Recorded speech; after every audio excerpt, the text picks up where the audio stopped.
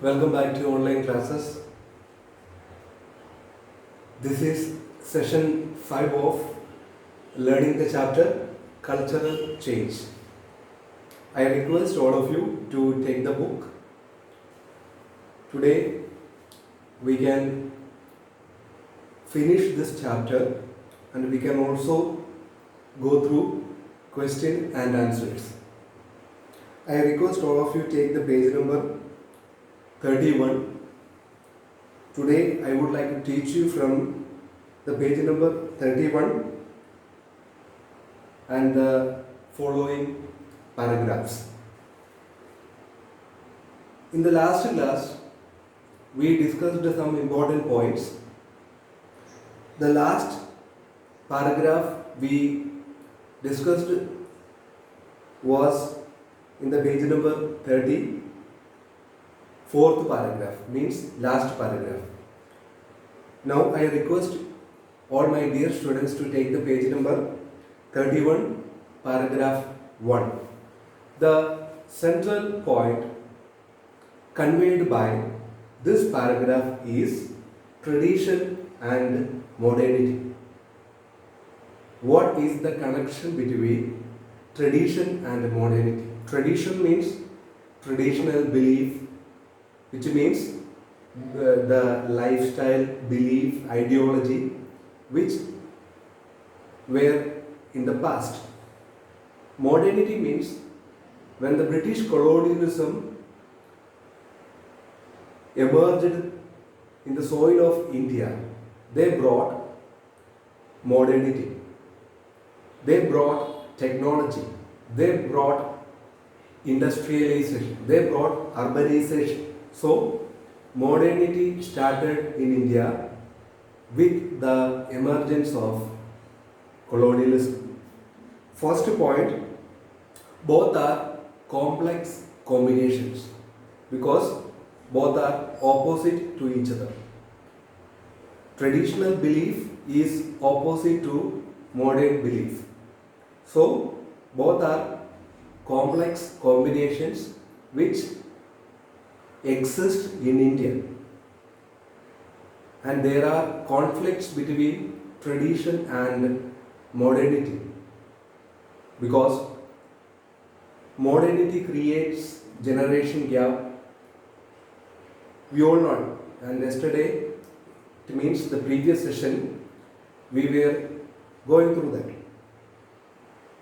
Both are having complex combinations because both cannot be combined, both cannot be connected because both are opposite, and they are fixed entities. What do you mean by fixed entities? Entities means existence. It means in India both are existing. In Indian society both are existing. We cannot think a society without the presence of both modernity and tradition. Both are there in Indian society. And we have one set of traditions. We already have traditional aspects of life. Modernity and tradition constitute plurality existing in India and a tradition of argumentation which are the part of traditions in India. We know that both tradition and modernity are existing in India. This is called plurality. In India, tradition is there, modernity is there, which constitute plurality. Plural means what? More than one. Many things are there because of the presence of tradition and modernity. And there is a tradition of argumentation. There is a conflict between tradition and modernity.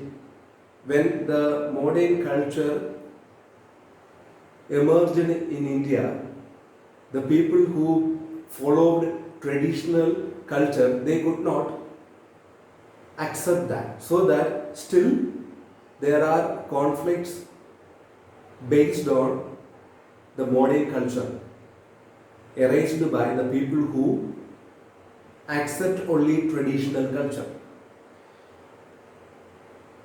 And this set of traditions are constantly redefined. We know that when Western culture took place in India during colonialism, there are some people who were disliking, who were against such culture. There are some people who supported it. The 19th century reformers went through experience of defining modernity and tradition, and box 2.7 conveys that the true identity of ritual is lost as it is mixed with modernity. Religious beliefs lose its importance because of emergence of scientific tradition. This is what happened in India. A simpler way I wanted to tell you that, I wanted to give you a simple meaning on the basis of this paragraph. That is the first paragraph given in the page number 31.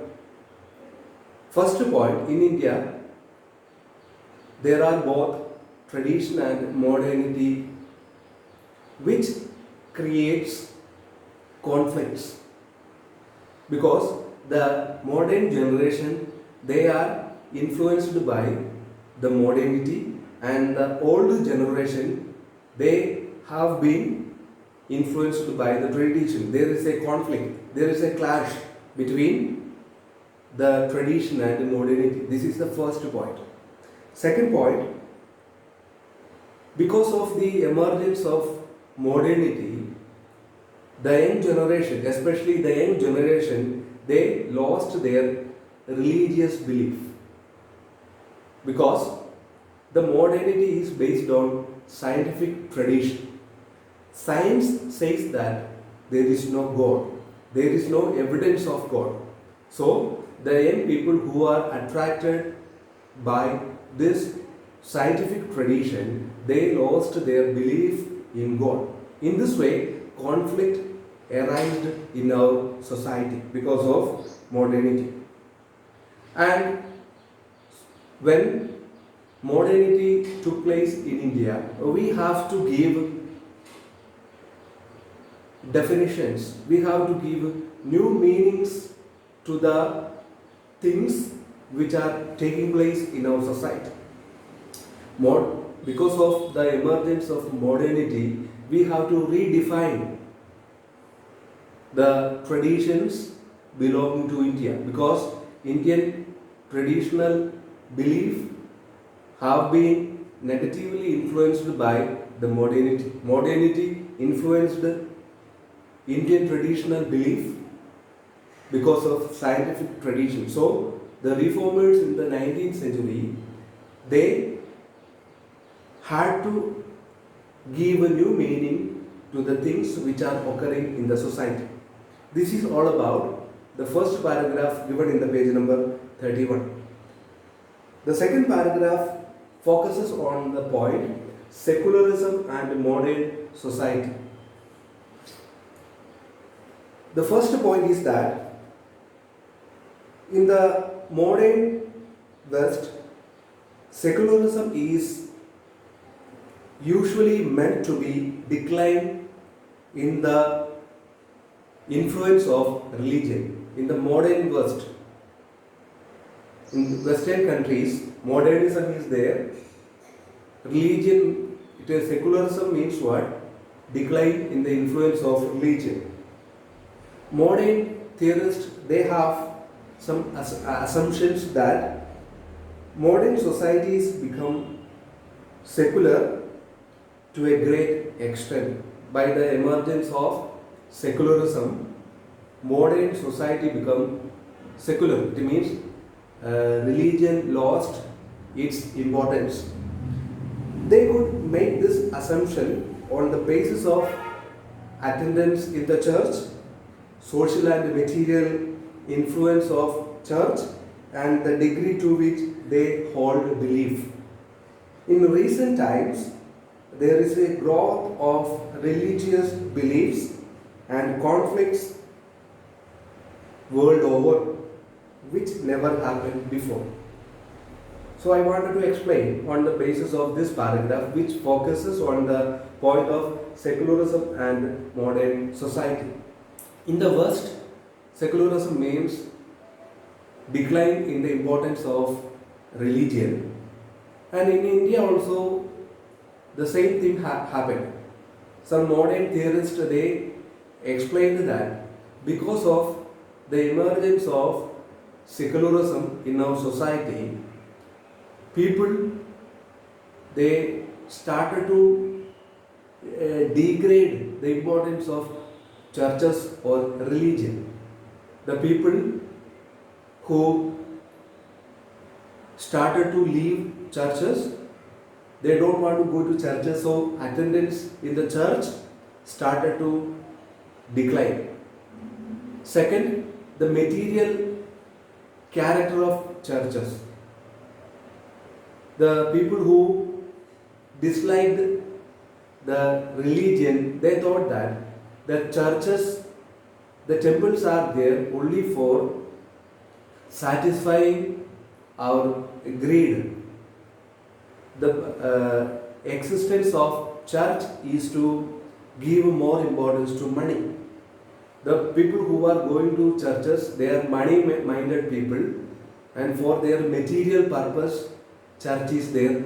God or spiritualism has no place when people wanted to go to church. Third point, the people who lost their genuine belief. They don't have a genuine belief in God. These are the things the modernists put forward behind losing importance of church. Next point is there was a conflict between secularism and the religious belief. And the last point, which never happened, what we can say before, because even though there were some conflicts between the religious belief and secularism, the church started to grow. Still, it is growing. Our religious beliefs are growing, and still it is influencing us. This is all about paragraph 2 of page number, what we can say, 31. When we summarize this one, we can say that even though there was influence of secularism on our society, still church is growing. And some theorists they say that our genuine belief is losing because of the greediness which happened in our churches. This is all about the paragraph 2 of page number 31. Now we can move to the paragraph 3, which focuses on growth of new kinds of religious organizations.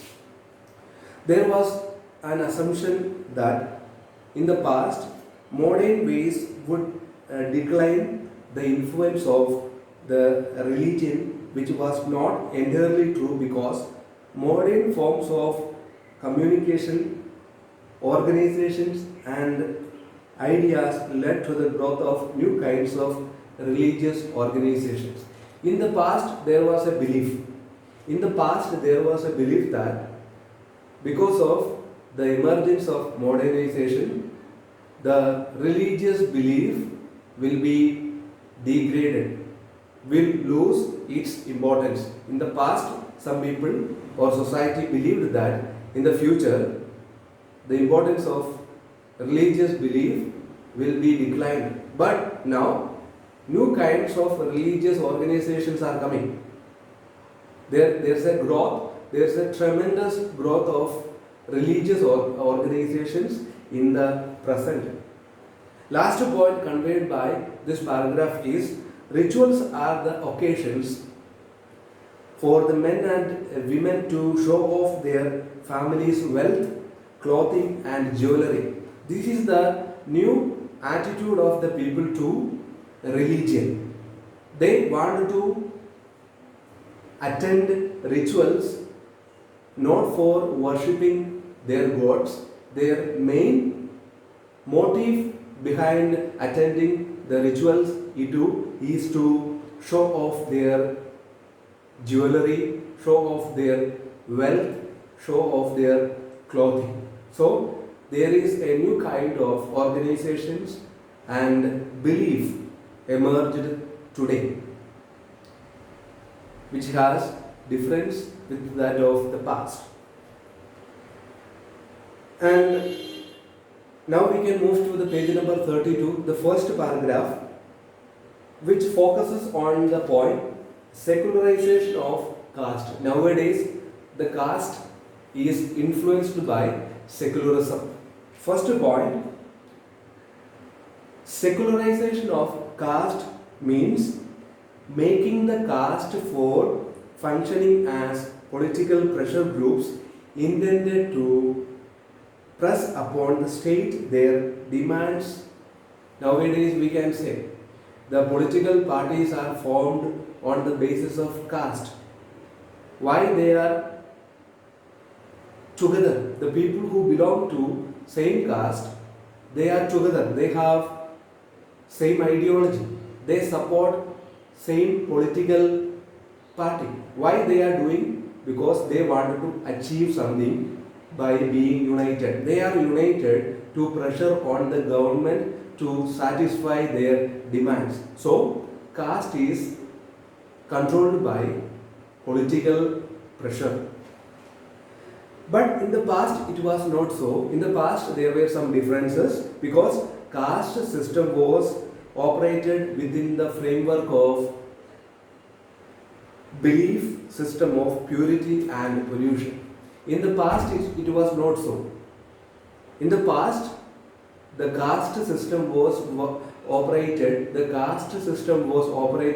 within the framework of religion.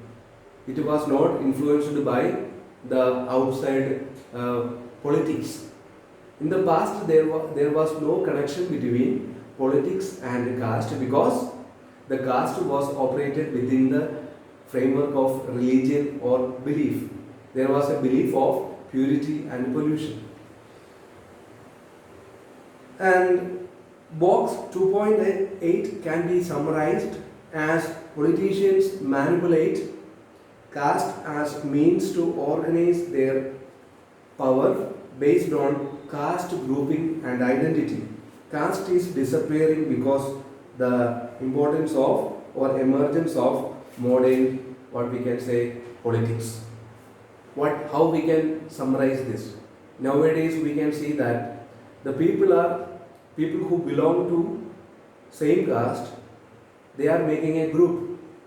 They believe that they are having the same identity. They belong to the same caste. So they are they are united by the identity that they belong to same caste. So they are creating some notions which can be, what we can say, based on power. They are united and they are showing their power. In this way, caste is secularized. In the past, the caste was operated within the religion or belief. At present, caste is influenced by political power.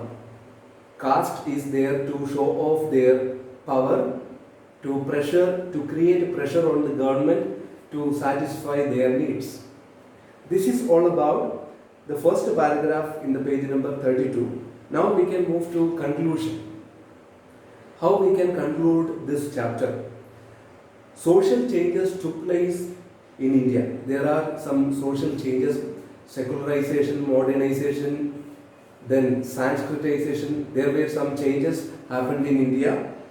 Our colonial experience have consequences, still influences. The things done by British government, still they influence us. And the things happened during colonialism, some are unintended and paradoxical. I already explained this. In India, nationalists were attracted to Western ideas of democracy and liberalism, useful to lead India to freedom. Several times we explained this point. This is all about this chapter. This chapter is very important. There were 6 mark questions from this chapter. Now we can move to the question and answer so that we can understand this chapter in a better way. The first question is, we can read the first question given in the page number 34. Write a critical essay on Sanskritization. First we can go through the meaning of Sanskritization. We all know that this word was coined by M.N. Srinivas. The definition of Sanskritization is the low caste people who take over the customs, beliefs, rituals, ideology and style of the higher caste people. Take over means adopt. In simple way, I wanted to tell you that Sanskritization means the lower caste people who adopt the lifestyle, the rituals, the belief, the ideology of higher caste people. This is the meaning of the term Sanskritization. This is a twice born caste because already they were born into lower caste. They try to be born again, not physically but ideally. This is the what we can say meaning of the term Sanskritization. Now we can move to the answer of the same question because just introduction is over. Second point for this question, the first question is Sanskritization influenced our society. This influence can be seen in language, music, literature, ideology, dance, drama, style of life and rituals. And there are some influences. It means what? First, Sanskritization took place in Hindu space. After that, it spread to what we can say outside Hinduism. That is the next point. And there is a sociologist, his name is M.N. Srinivas. He argued that an area, a place which is influenced by or dominant with the Sanskritization, the entire area is influenced by it. This is the common sense. An area which is controlled by the idea of Sanskritization, an entire area influencing or influenced by it. This is the next point. Third point, an area which is not influenced by Sanskritization, which is free from Sanskritization. This is called de-Sanskritization. It means an area which is free from the influence of Sanskritization. Sanskritization means adopting the higher caste culture. And this is the second point of what we can say answer to the question, influence on the society. Now we can move to the purpose of the lower caste people because they wanted to adopt the rituals of the higher caste. First purpose, to improve economic and political status.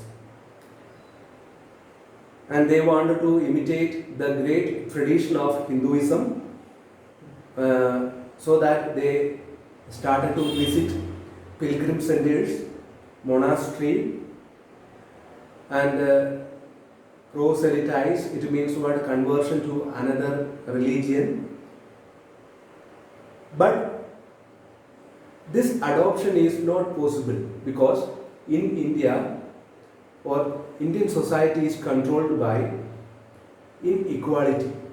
There are inequalities in India. So the lower caste people cannot become higher caste because Indian society is unequal. Inequality will be there forever. Second point, caste is determined by birth. We all know that caste is determined by birth. If you are born into a lower caste, until die, you have to belong to the lower caste. You cannot change your caste. But Sanskritization, by Sanskritization, the lower caste people are trying to convert it to higher caste. But this is not possible because according to this idea, on the basis of this idea that caste is determined by birth, we can say that it is not possible in India. On the basis of education, Kumud Pavade, she says that she was a Sanskrit teacher. She faced hostility and rejections while she was studying. She understood from the books that she could not forget her caste because caste is determined by birth. We cannot learn, we cannot acquire caste later because she was a Dalit woman.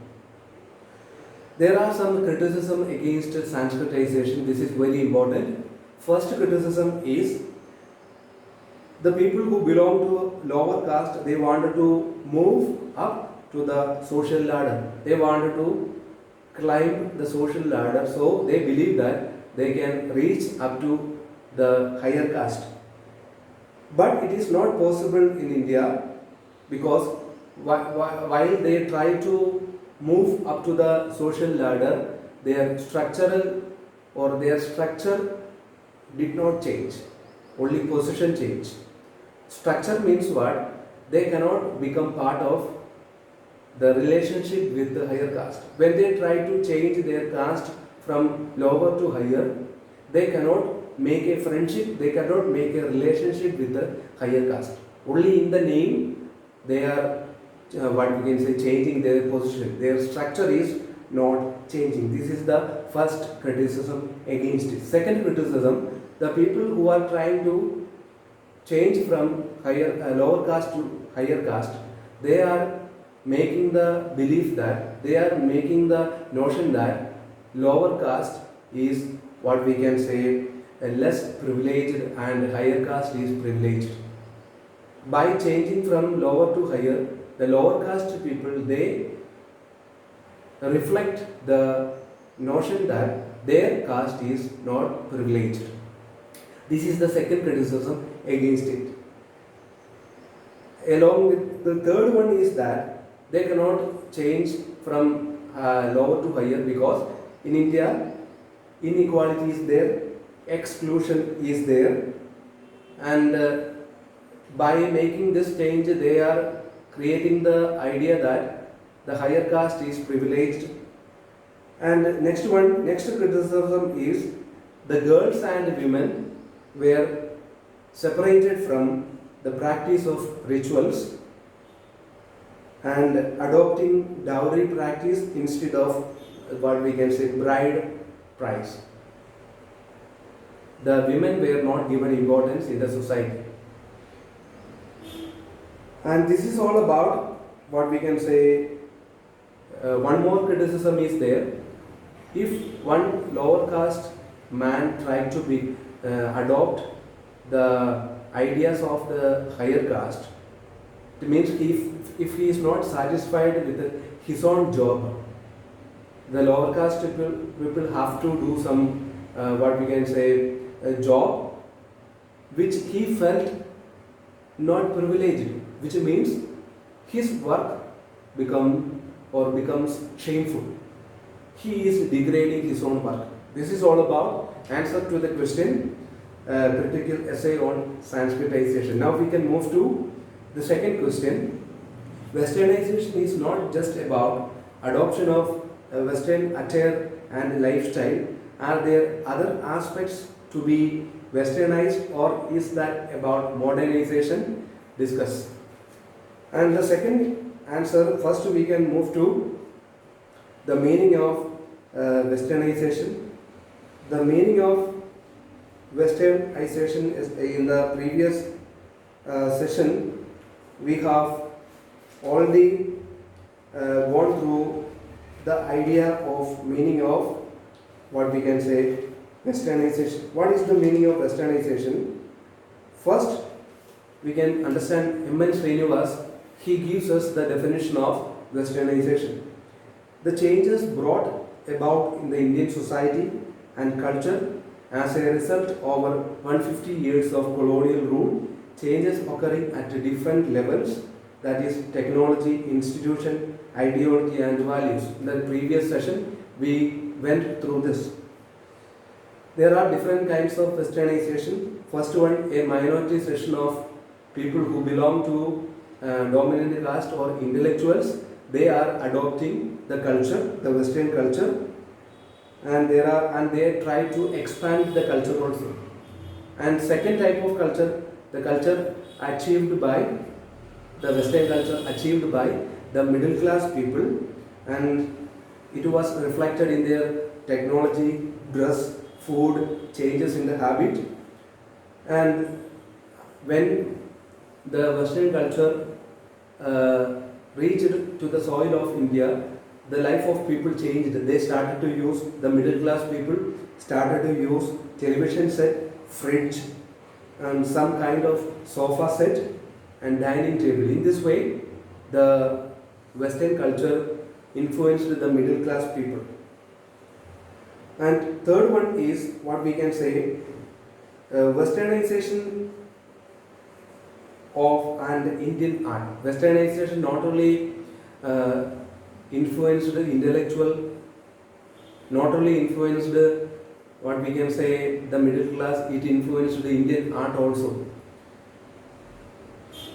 and the literature also. There are some famous illustrious artists like Ravi Verma, Abanindranath Tagore, Chandu Menon and Bankim Chandra Chattopadhyay, who were influenced by the Western culture, and they started to fight against Western culture and colonial power. They started to fight against colonial power and they were influenced by Western culture. The style and techniques of Ravi Verma were shaped by Western and indigenous tradition. And Indian society was influenced by Western culture, which created generation gap in Indian society. This is all about the second question given in the page number 34. Now we can move to the third one. Write short note on rights, connection between rights and secularization, connection between caste and secularization, and the connection between gender and Sanskritization. And first we can move to the connection between rights and secularization. There are rights means what? The religious functions performed by people. The religious functions were influenced by secularization. In India, things are different because we have to marry from the same caste and we are dominated by religious belief. We have a scientific tradition. We have energetic, democratic and secular system. We have caste and community-based system. So Indian society is mixed with both religious belief and scientific tradition. And next we can move to the same answer, rights and secularization. The true identity of rituals in India has been lost because it is influenced by secularization and modernity. Religious belief of the people lost because of importance and emergence of scientific tradition. And next point is, there was some assumptions in the past that in future in India religious importance will be lost because modernism and secularization influenced the young generation who lost their belief. But still the importance of church, importance of temples is not lost because there was a new kind of religious organization which were different from that of the past. Because in the past the caste was operated within the religious framework, but in the present religion has some political role, because the people who wanted to come to take part in the rituals, they wanted to show off their wealth, clothing and jewelry. And next one, caste and secularization. What is the connection between caste and secularization? In this session itself we have gone through it. I wanted to tell you, caste is influenced by secularization because the people who belong to same caste, they are united for creating pressure on government for satisfying their needs. And next one, gender and Sanskritization. Gender was influenced by Sanskritization because Sanskritization supports traditional way of life for women. In traditional times, we know that women were not given permission to be educated. Sanskritization support that. It means Sanskritization did not support education for women and girls. The women and girls, they should be confined to the kitchen or to the rooms.